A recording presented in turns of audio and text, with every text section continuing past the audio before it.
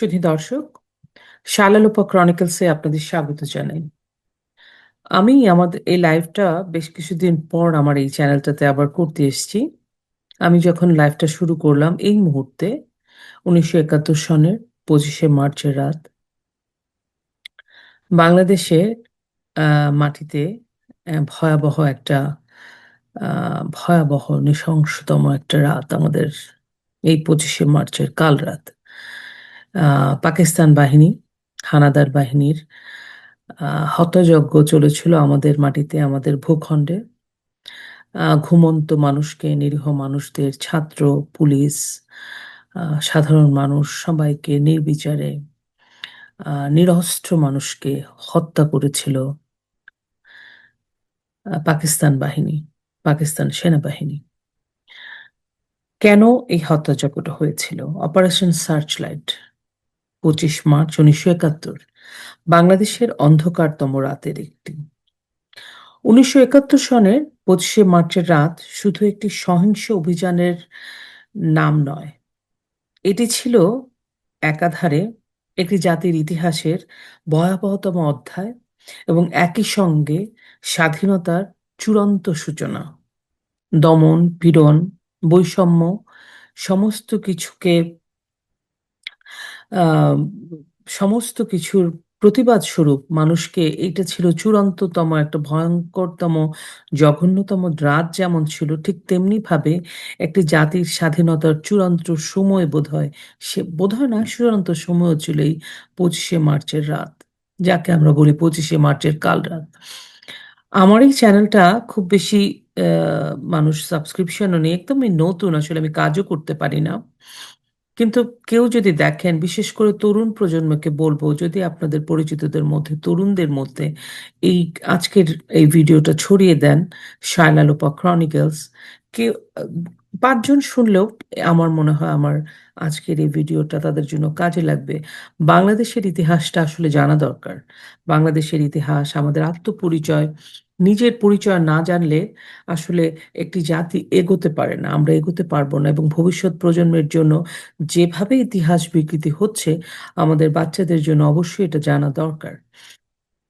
এবং আমি প্রত্যেকটা ফ্যাক্ট আছে, ফিগার আছে, আপনারা চাইলে ঘটনাগুলোর যে সত্যতা সেগুলো আপনারা ইন্টারনেট ঘেটেও দেখতে পারবেন। এখানে কোনো কিছুর প্রলেপ নেই, মিথ্যে নেই।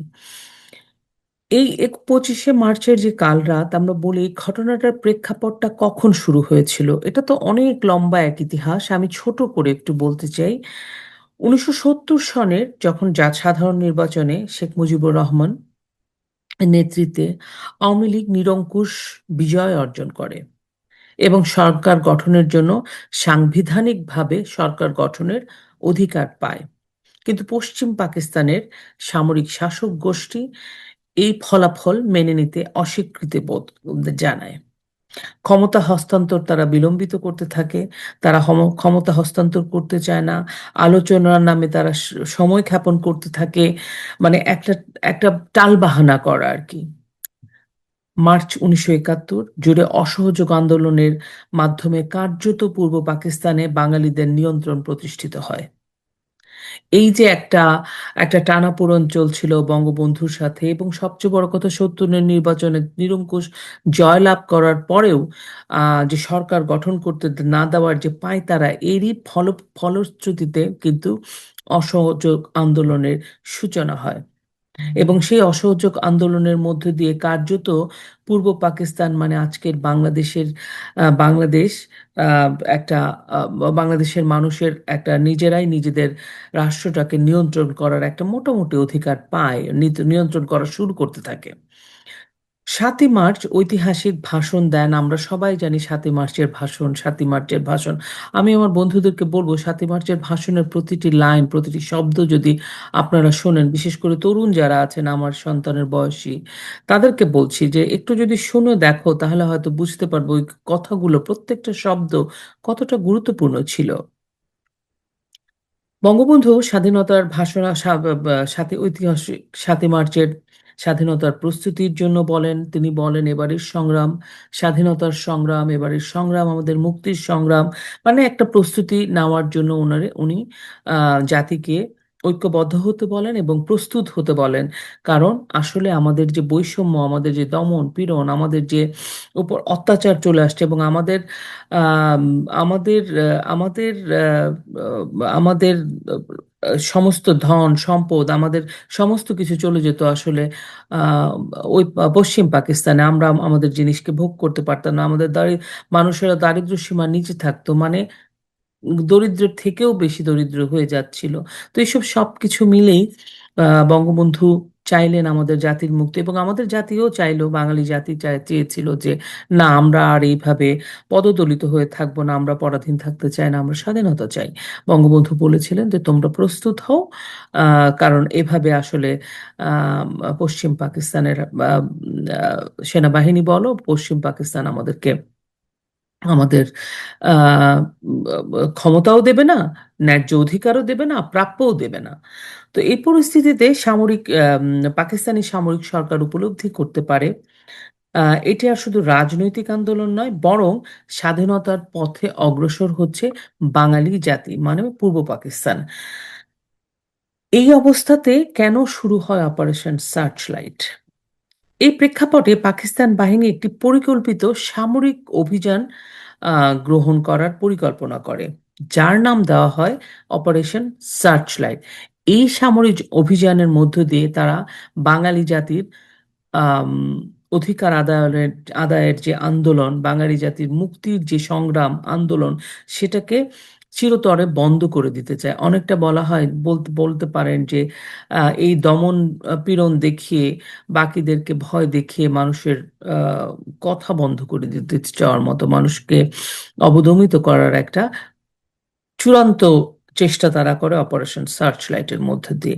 এই অভিযানের লক্ষ্যটা কি ছিল? এই অভিযানের লক্ষ্য ছিল আওয়ামী লীগ ও তার নেতৃত্বকে নিশ্চিহ্নিত করা, মানে নিশ্চিহ্ন করা, বাঙালি জাতীয়তাবাদী শক্তিকে দমন করা, ছাত্র, বুদ্ধিজীবী, সংস্কৃতি কর্মীদের হত্যা করে প্রতিরোধ যে করছে বাঙালি জাতি, সেটাকে দুর্বল করা, পুলিশ ও ইপিআর, ইস্ট পাকিস্তান রাইফেলসের প্রতিরোধ ভেঙে দেয়া, দ্রুত সামরিক নিয়ন্ত্রণ প্রতিষ্ঠা করা।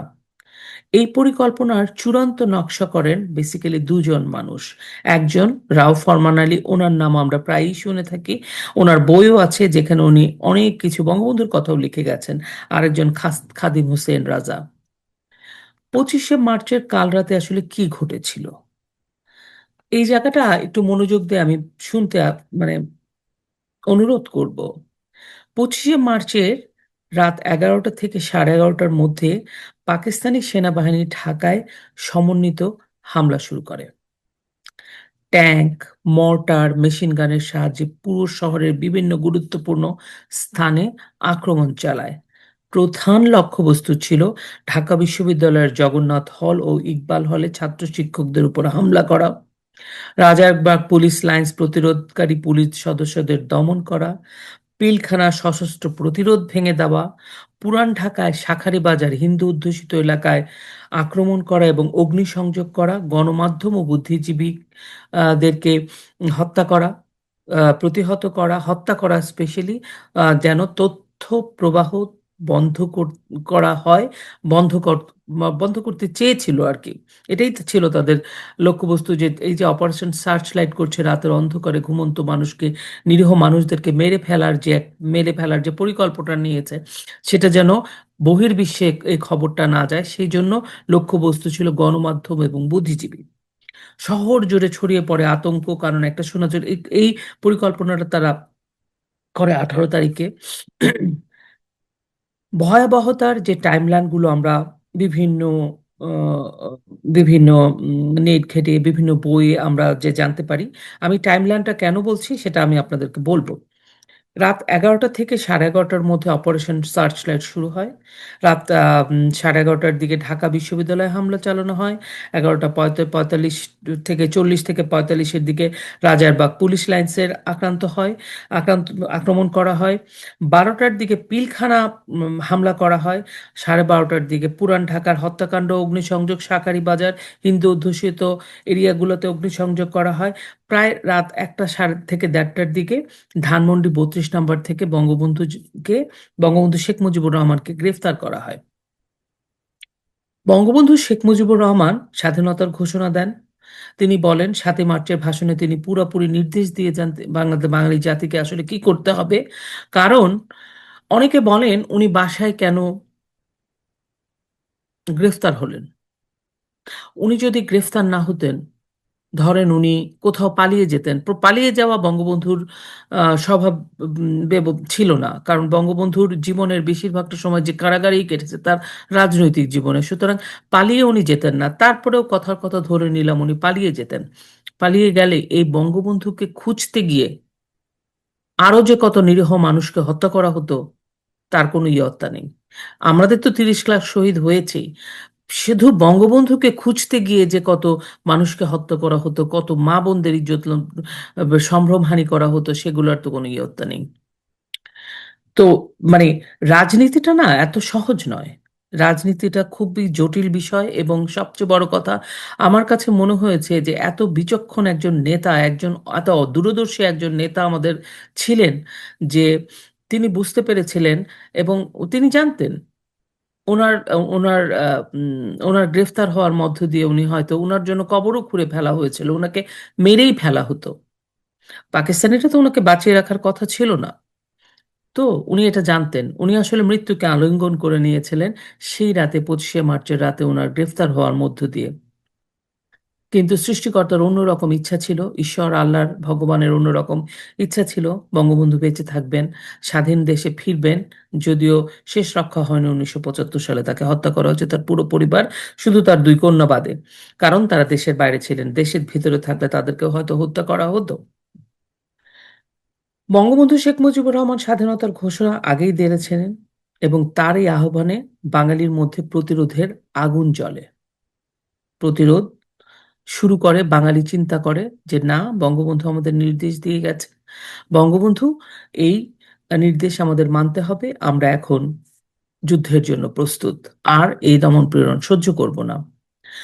এখানে ছোট্ট আরেকটা বিষয় আমি উল্লেখ করব, কারণ করছি মানে স্বাধীনতার ইতিহাসে, মানে ইতিহাসের প্রত্যেকটা পরতে পরতে যা ঘটেছে সেগুলো একটা ফ্যাক্ট। সেই ফ্যাক্টগুলোকে আমাদেরকে মানতে হবে, আমাদেরকে অ্যাকসেপ্ট করতে হবে, এবং আমাদেরকে সত্যিটা অ্যাকসেপ্ট করতে হবে। আমরা কাউকে ছোট করে কাউকে বড় করা যায় না, কাউকে বড় করে কাউকে ছোটও করা যায় না, এটা আমাদেরকে বুঝতে হবে। আমরা শুনি যে কালুরঘাটে জিয়াউর রহমান, প্রাক্তন রাষ্ট্রপতি প্রধান, তারেক রহমানের পিতা, প্রধানমন্ত্রী, উনি ১৯০০ সে সময় ২৭শে মার্চে তিনি বঙ্গবন্ধুর পক্ষ থেকে কালুরঘাট বেতার কেন্দ্র থেকে স্বাধীনতার ঘোষণা পাঠ করেন on behalf of Bangabandhu. Bangabandhu তো তখন জেলে, উনি তো আর স্বাধীনতার ঘোষণা পাঠ করতে পারার কথা না। এবং জিয়া রহমান এই কাজটা করেন।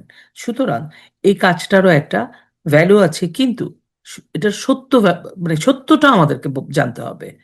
সত্য, আহ সত্যটা স্বীকার করে নিলে কেউ ছোট হয়ে যায়, এবং সত্য আমরা যারা এই প্রজন্মের আছি, বা আমাদের পূর্ববর্তী প্রজন্মের আছি, বা আমাদের সিনিয়র যারা আছেন, আমরা যদি সত্যটা আমাদের প্রজন্মকে বলে না চাই, তাহলে মিথ্যার মধ্য দিয়ে আমাদের প্রজন্ম বড় হবে। তারপরে সেখান থেকে আরো ভাগাভাগি হবে, কেউ সত্য খুঁজে নেবে, কেউ মিথ্যায় বসবাস করবে। জাতি দ্বিধাগ্রস্ত হবে, জাতি বিভ্রান্ত হবে, প্রজন্ম বিভ্রান্ত হবে। সেটা এক ধরনের অপরাধ, এটা আমরা করতে পারি না। যা বলছিলাম, অপারেশন সার্চলাইটের লক্ষ্য ছিল আন্দোলনকে দমন করা, এটা আমি বলেছি। সারা দেশে প্রতিরোধটা আসলে ছাত্র, পুলিশ, সাধারণ মানুষ, মুক্তিবাহিনী, এই সবাই একত্রিত হয়ে গেছিল। তারা বলেছিল অপারেশন সার্চলাইট এক ধরনের হচ্ছে যে যে সবার মধ্যে, এবং বঙ্গবন্ধুর ৭ই মার্চের ভাষণ, সবকিছু মিলিয়ে সবার মধ্যে একটা একটা প্রতিবাদ, এমনভাবে তারা আহ, ঘুরে দাঁড়িয়েছিল বাঙালি, যে না, অনেক হয়েছে, আর নয়। বঙ্গবন্ধু আমাদেরকে বলে গেছেন আমাদের ঐক্যবদ্ধ হয়ে আমাদের মুক্তিযুদ্ধ করতে হবে, আমাদেরকে দেশ স্বাধীন করতে হবে। এখানে আহ, আমি যেমন বললাম বঙ্গবন্ধুর কথা, আমি বললাম ৭ই মার্চের কথা, আমি বললাম উম, আহ, আহ, কি বলে এটাকে, ২৭শে মার্চ, কালুরঘাট থেকে জিয়াউর রহমান যে বঙ্গবন্ধুর পক্ষ থেকে স্বাধীনতার ঘোষণা পাঠ করেছিলেন সেটাও বললাম। এখন আমি আমাদের মুক্তিবাহিনী গঠিত হলো, আমাদের মুক্তিবাহিনীর ট্রেনিং ছিল না। আমাদের বাংলাদেশে যখন যুদ্ধ শুরু হয়ে গেল তখন প্রচুর মানুষ আসলে ভারতে শরণার্থী হয়ে চলে গেছিল, শরণার্থী হয়ে যাচ্ছিল, কারণ ভারত সরকার এটাকে বন্ধও করতে পারছিলেন না। তারা আসলে দেখছিলেন যে এতগুলো আম, অসহায় মানুষ নিঃস্ব হয়ে আমাদের ভারতে যে আশ্রয় নিয়েছে, তারা তাদেরকে আসলে ফিরিয়ে দিতে পারছিলেন না। এবং আমাদের দেশে যে মুক্তিবাহিনীরা ছিল, মুক্তিবাহিনী আম, প্রস্তুত হয়েছিল, তাদেরও সেরকমভাবে আমাদের না ছিল অস্ত্র, না ছিল ট্রেনিং, কিছুই ছিল না। তো আমাদের দেশে একটা মুক্তিবাহিনীদের একটা পর্যাপ্ত ট্রেনিং এর প্রয়োজন ছিল। আমাদের আসলে আম, এই যে আম, শরণার্থীরা ভারতে গিয়ে আশ্রয় নিচ্ছিল, তাদের খাওয়া দাওয়া, তাদের চিকিৎসা, সমস্ত কিছুর একটা ব্যয়ভারও ভারত সরকারকে গ্রহণ করতে হয়েছিল।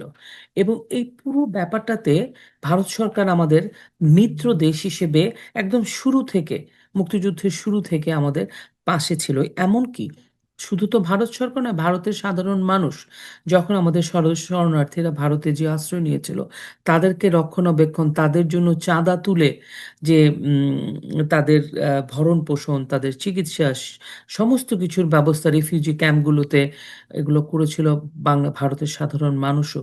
সুতরাং তাদের, ভারতের যে ভূমিকা, সেটা আসলে আমাদের যাওয়া আমরা ভুলে গেছি। আমরা বেশিরভাগ মানুষ এটা মনে করতে চাই না। আমরা অকৃতজ্ঞকে সৃষ্টিকর্তা পছন্দ করেন না। এই জিনিসটা আমাদেরকে বুঝতে হবে।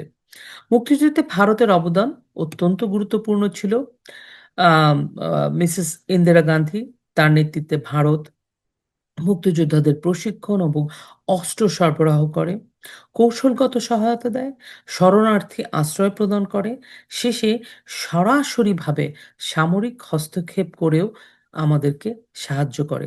ভারতের প্রচুর সেনা অফিসার কিন্তু, সেনাবাহিনীর অফিসারগণ কিন্তু, সৈন্যগণ কিন্তু আমাদের মুক্তিযুদ্ধে তাদের আত্মাহুতি দিয়েছে, তাদের আম, শহীদ হয়েছে। তাদের কথা কি আমরা জানি? তাদের কথা আমরা বলি? ওনাদেরকে আমরা মনেও রাখিনি। আমরা ওনাদেরকে বীরের সম্মানটাও দিতে কার্পণ্য বোধ করি। কিন্তু আমরা একটা রাষ্ট্র পেয়েছি, আমরা একটা সংসদ পেয়েছি, আমরা একটা সংবিধান পেয়েছি, ভূখণ্ড পেয়েছি। সেই সংসদে যে সেই ভারতকেই আমরা অপমানিত করি, আমাদের পরীক্ষিত মিত্রকে আমরা অপমানিত করি। সুতরাং আমাদের আসলে আমরা অকৃতজ্ঞ নই শুধু, আমরা মানে কৃতজ্ঞ। উপকারীর অপকার করতে চেষ্টা করি, অপকার করছি, এটা ঠিক নয়। আল্লাহ এটা পছন্দ করেন না। এবং আমাদের যে এই যে দুর্ভোগ, আমাদের দুর্ভোগ শেষ হয় না, তার কিছু কারণ আছে। কারণ কৃতজ্ঞতা, গ্রেটফুলনেস, এটা আপনার ইন্টিগ্রিটির অংশ, এটা আপনার সততার অংশ। সেটা যদি আমরা করতে না পারি, তাহলে আমরা কিসের একজন শুদ্ধ মানুষ হলাম? ধর্মের কথা তো শুধু মুখে বললে হবে না, ধর্মকে চর্চা করতে হবে। ধর্ম শুধু স্বার্থের জন্য চর্চা করতে করতে হয় না, ধর্ম চর্চা করতে হয় মানুষের জন্য, মানবতার জন্য, সমাজের জন্য। যা হোক, আমরা আবার আমি আমার পুরনো আলোচনাটাতে ফিরে আসি। তো এই যে মুক্তিযুদ্ধটা সংগঠিত হলো 25শে মার্চের কাল রাত থেকে পুরো 9 মাস, তার চূড়ান্ত ফলাফল হচ্ছে 16ই ডিসেম্বর 1972 সালে পাকিস্তান বাহিনী আত্মসমর্পণ করল এবং বাংলাদেশ স্বাধীনতা অর্জন করে।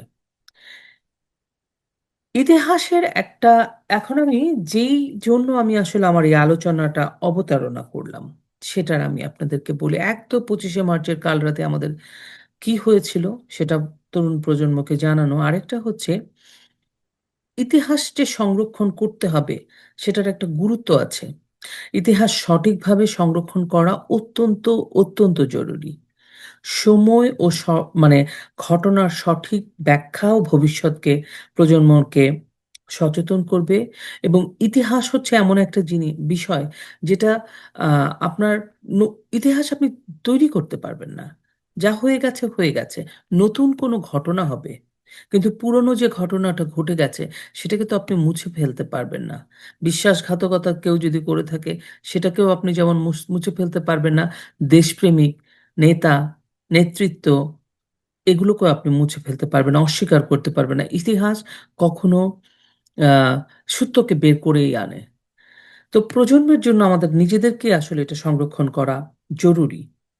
সময় এবং ঘটনার সঠিক ব্যাখ্যা ভবিষ্যৎ প্রজন্মকে সচেতন করবে। ইতিহাস বিকৃতি বিভ্রান্তি সৃষ্টি করে, বিভেদ সৃষ্টি করতে পারে। স্বাধীনতার প্রকৃত নেতৃত্ব ও সাধারণ মানুষের ভূমিকাটাও বোঝা আমাদের অত্যন্ত জরুরি। অপারেশন সার্চলাইট ছিল একটি জাতির ধ্বংস এবং করার পরিকল্পনা।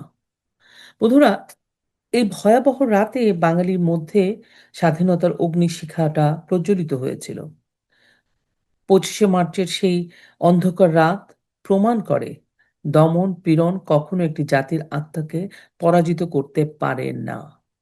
বরং সেখানে থেকেই জন্ম নেয় মুক্তি, সংগ্রাম এবং যা শেষ পর্যন্ত একটি রাষ্ট্রেরও জন্ম দেয়, বাংলাদেশ। বন্ধুরা, আমি এখন আরেকটু যে বিষয়টা নিয়ে বলতে চাই যে ইতিহাসকে কেন বিকৃত করা যাবে না? সত্য ইতিহাসকে তুলে ধরা দরকার। এই যে আজকাল আ একটা প্রজন্ম তৈরি হয়েছে যারা প্রত্যেকটা বিষয়ে প্রশ্ন করে। তাদের কাছে ৩০ লাখ শহীদ নিয়ে প্রশ্ন, তাদেরকে মা বোনের সম্ভ্রম নিয়ে প্রশ্ন, বঙ্গবন্ধুকে নিয়ে প্রশ্ন, স্বাধীনতাকে নিয়ে প্রশ্ন, আমাদের সংবিধানকে নিয়ে প্রশ্ন, মুক্তিযুদ্ধকে নিয়ে প্রশ্ন, মুক্তিযোদ্ধাদেরকে নিয়ে প্রশ্ন, ভাষাকে নিয়ে প্রশ্ন, ভাষা আন্দোলনকে নিয়ে প্রশ্ন, সমস্ত কিছু নিয়ে প্রশ্ন। অথচ তারা এই বাংলাদেশের সকল সুবিধা ভোগ করছে। তারা এই বাংলাদেশটা যে সকল মুক্তিযোদ্ধারা মুক্তিযুদ্ধ করে আমাদের রাষ্ট্রটা দিল, সেই রাষ্ট্রের, সেই সংবিধানের, সেই রাষ্ট্রের কারণেই তো আমরা তাদের মতো কোনো যোগ্যতা না নিয়েও এই ধরনের অযোগ্য ছেলেপেলেরা সংসদে চলে গেছে। আজকে যদি পাকিস্তানের সাথে একত্রে থাকতাম, তাহলে এই সকল ছেলেপেলেরা তো জুতা পালিশ করারও সুযোগ মানে জুতা পালিশ করেই তাদের জীবনটা পার করতে হতো। রাজমিস্ত্রির ছেলে হয়তো রাজমিস্ত্রিতেই থাকতো। হয়তো না, থাকতো। রাজমিস্ত্রির ছেলে রাজমিস্ত্রিই হতো। অথবা আরো খারাপ কিছু হতো। বাদাম বিক্রেতা হতো। এখন তো সংসদে যায়। মুক্তিযোদ্ধাদের জন্য, বঙ্গবন্ধুর জন্য, স্বাধীনতার জন্য, ভূখণ্ডের জন্য, আমাদের এই সংবিধানের জন্য। আমাদের এখনকার আজকের বাস্তব পরিস্থিতিতে আমাদের মুক্তিযোদ্ধার সংগঠকরা, মুক্তিযোদ্ধারা জেলখানায়। এই ধরনের ছেলেপেলেরা, যুদ্ধ অপরাধীরা সংসদে। আমাদের এই জাতির মুক্তি, উন্নয়ন, কল্যাণ হবেটা কিভাবে? বন্ধুরা, আমি এই কথাটা আজকে বলব। আমি দেখছিলাম আজকে শুনলাম তারেক রহমান সরকার আ উনারা একটা অত্যন্ত মহতি উদ্যোগ নিয়েছেন যে ১০টা ৩০ মিনিটে থেকে ৩১ মিনিট মানে ১ মিনিটের একটা প্রতীকী ব্ল্যাক আউট করবেন। এবং তারেক রহমান বিবৃতি দিয়েছেন যে ২৫শে মার্চের রাতে কি ভয়াবহ আ অবস্থা হয়েছিল বাংলাদেশের। অপারেশন সার্চলাইট ইতিহাসের জঘন্যতম একটি রাত। আ শুধু বাংলাদেশের জন্য তো বটেই, পৃথিবীতেও এরকম একটা জঘন্যতম রাত। সেই রাতের উনি নিন্দা জ্ঞাপন করেছেন। কিন্তু উনি ব্ল্যাক আউটটা দিয়েছেন ১০টা ৩০ থেকে ১০টা ৩১ এর। কেন? উনি তো এক্সাক্টলি ১১টা ৩০ ওই সময়টাতে দিতে পারতেন। যেখানে কবি, সাহিত্যিক, লেখক সব জায়গায় এই সময়টার কথা লেখা। উনি কেন ১০টা ৩০ থেকে দিলেন? ১০:৩০ দিলেন? এটা একটা প্রশ্ন। কারণ সময়, স্থান, কাল, পাত্র এগুলোকে আপনার পরিবর্তন করতে হয় না। পরিবর্তন করলে এগুলো ধীরে ধীরে পরিবর্তিতই হয়ে যায়। আরেকটা বিষয় দেখলাম, আম আ তারেক রহমান আ মানে আ মানে এই যে চট্টগ্রাম কালুরঘাট বেতার কেন্দ্র এবং একটা উদ্যোগ নিয়েছে এই সরকার যে জিয়া স্মৃতি জাদুঘর একত্রে সমন্বিত ব্যবস্থাপনায় পরিকল্পনা আ ব্যবস্থাপনায় মানে একটা পরিকল্পনার কথা জানিয়েছেন সংস্কৃতি বিষয়ক মন্ত্রী নিতাই রায়চৌধুরী। তিনি বলেছেন, মুক্তিযুদ্ধের ইতিহাস সংরক্ষণ অত্যন্ত গুরুত্বপূর্ণ এবং ভবিষ্যতের কাছে তা তুলে ধরা জরুরি। মন্ত্রী উল্লেখ করেন, ভাষা আন্দোলন থেকে শুরু করে ১৯৭১ সালের মুক্তিযুদ্ধ পর্যন্ত সংগ্রামের ধারাবাহিকতায় বাংলাদেশের স্বাধীনতা অর্জন। তিনি দাবি করেন, ২৫শে মার্চের পর কালুরঘাট বেতার কেন্দ্র থেকে জিয়াউর রহমানের ঘোষণা মুক্তিযুদ্ধে নতুন গতি এনে দেয়। পরিকল্পনার অংশ হিসেবে আধুনিক স্মৃতি জাদুঘর স্থাপনা, জিয়ার ভাস্কর্য নির্মাণ এবং ঐতিহাসিক সম্প্রচারের সরঞ্জাম সংরক্ষণের উদ্যোগ নেওয়া হবে। ইন্টারেস্টিং। খুবই ভালো কথা। আপনি নিতেই পারেন। আপনি নিয়েছেন কোথায় এখানে? ৫২ থেকে ৭১ এবং ২৫শে মার্চের কালুরঘাট। ২৫শে মার্চের পর কালুরঘাট। আপনি কিন্তু ডেটটা উল্লেখ করেন নাই। ২৭শে মার্চ। জিয়াউর রহমান আম on behalf of বঙ্গবন্ধু স্বাধীনতার ঘোষণা পাঠ করেছিলেন। ২৬শে মার্চ নয়। আপনি আপনারা সংরক্ষণ করবেন, জিয়ার ভাস্কর্য বানাবেন। বঙ্গবন্ধুর ভাস্কর্য তো গোটা বাংলাদেশে ছিল। কি হলো? আপনি যদি জাতিকে সত্যটা না জানান, বঙ্গবন্ধুকে যদি আপনি আ মুছে দিয়ে আ মুক্তিযোদ্ধাদের অবদানকে মুছে দিয়ে আপনি যদি জিয়ার ভাস্কর্য আর জিয়ার লাইনে কথা বলেন, তাহলে কি চলবে? এক আপনি যদি ১৯৭১ এর ৫২ থেকে ৭১ পর্যন্ত আসেন, সেখানে তো প্রতি পরতে, পরতে বঙ্গবন্ধু। আমাদের ৩২ নাম্বার কোথায়? আপনারা তো এগুলো নিয়ে কথা বলছেন না। প্রহসন দিয়ে, মিথ্যা দিয়ে আপনি তো ইতিহাস তৈরি করতে পারবেন না। ইতিহাস তৈরি করা যায় না। আপনি যেটা আজকে করছেন, সেটা একটা ইতিহাস লেখা হবে। ইউনূস যা করে গেছে, বঙ্গবন্ধুর সমস্ত আবক্ষ মূর্তি, জাদুঘরগুলো ভেঙে যা করেছে, একটা জঘন্য ইতিহাস উনি রচনা করে গেছেন। এই জঘন্য ইতিহাস, এই বেইমানির ইতিহাসও থেকে যাবে। আমাদের যেমন ৭২, আমাদের যেমন ১৯৭১, আমাদের যেমন ৫২ র ভাষা আন্দোলন, অসহযোগ আন্দোলন, ৬ দফা, সমস্ত কিছুর ইতিহাস আছে, তেমনিভাবে আমাদের ৭৫ এর জঘন্যতম রাতও আছে। ২৫শে মার্চের কাল রাতের ইতিহাসও আছে। এগুলো জঘন্যতম ইতিহাস। আমাদের ১৯৭৫ সালের জঘন্যতম ইতিহাস আছে। আমাদের ৫ই অগাস্টের মতো জঘন্য তম ইতিহাস আছে। এখন আপনারা আরেকটা মিথ্যা ভ্রান্তির ইতিহাস তৈরি করার ব চেষ্টা করা শুরু করেছেন। যেখানে আপনারা পুরোটা লিখতেও পারছেন না। কারণ লেখার মতো আপনাদের অবস্থা নেই। খাপ ছাড়া হবে। আমি আজকে আমার আমার এই ভিডিওটা আমি বোধহয় অনেক লম্বাও করে ফেললাম। আমি এতটা লম্বা করতে চাইনি। কিন্তু এ কথাগুলো বলার অর্থ হলো, আমি আমার প্রজন্ম যারাও শুনবে, ৫ জন শুনুক, ১০ জন শুনুক, ১০০ জন শুনুক, আমার তো এত ফলোয়ার নেই। যারা শুনবেন আমি আসলে তাদের জন্য এটা আম এই ভিডিওটা করলাম। এই ভিডিওটা YouTube এ থাকবে। আ হয়তো কেউ কখনো চাইলে দেখতে পারবে। আ একজন মানুষ হলেও আমি আমার কথা বলে যাব। আমি আ সবাই তো সমসাময়িক ঘটনা নিয়ে কথা বলে, প্রতিদিন কি ঘটছে সেটা নিয়ে কথা বলে, অনেক ইস্যু নিয়ে কথা বলে। আমি না হয় নাইবা বললাম। আমি না হয় ইতিহাস নিয়ে বললাম। আপনাদের যাদের শুনতে মনে হয় শুনবেন, শুনবেন। আপনাদের পরিচিতদের মাঝে একটু ছড়িয়ে দিবেন। আমার YouTube চ্যানেলের নাম শায়লা লোপা ক্রনিকলস। আপনাদের সবার জন্য শুভকামনা জানাই। আজকের এই দিনে, আজকে ২৫শে মার্চের কাল রাত বাংলাদেশে, আমাদের এখন ২৪শে মার্চ। আপনারা আ আমাদের আ সেই সময় সকল শহীদদের প্রতি আমি আ আ উদ্দেশ্যে আমি তাদের সবার জন্য শ্রদ্ধা জানাই। আ ওনারা যে যেখানে আছেন নিশ্চয়ই উপর থেকে আমাদের দেখতে পাচ্ছেন। আ তাদের প্রতি শ্রদ্ধা নিবেদন করছি। আপনাদের সবার জন্য আমার শুভকামনা। চলুন, আমার একটা কথাই বলতে চাই বারবার। চলুন আমরা দেশকে ভালোবাসি, দেশের ইতিহাসকে জানি, মিথ্যা ইতিহাস না ছড়াই। ইতিহাস তৈরি না করি, মিথ্যা প্রোপাগ্যান্ডা না ছড়াই এবং এমন কোনো ইস্যু নিয়ে আমরা কথা না বলি যেটা মীমাংসিত সত্য। বাংলাদেশের ইতিহাস, বাংলাদেশের ৩০ লাখ শহীদ, বীরাঙ্গনাদের ইতিহাস, প্রতিটি বীরাঙ্গনা যা বলে গেছেন তার ইতিহাস, সেগুলো মীমাংসিত সত্য। সেগুলো নিয়ে নিজেরা যেন অন্তত বিতর্ক না ছড়াই। আপনাদের জন্য শুভকামনা জানাই। আপনারা সবাই ভালো থাকবেন। আপনাদের জন্য আবারও শুভকামনা। আমার চ্যানেলটিকে শেয়ার দিবেন, সাবস্ক্রাইব করবেন। শায়লা লোপা ক্রনিকলস। অনেক ধন্যবাদ।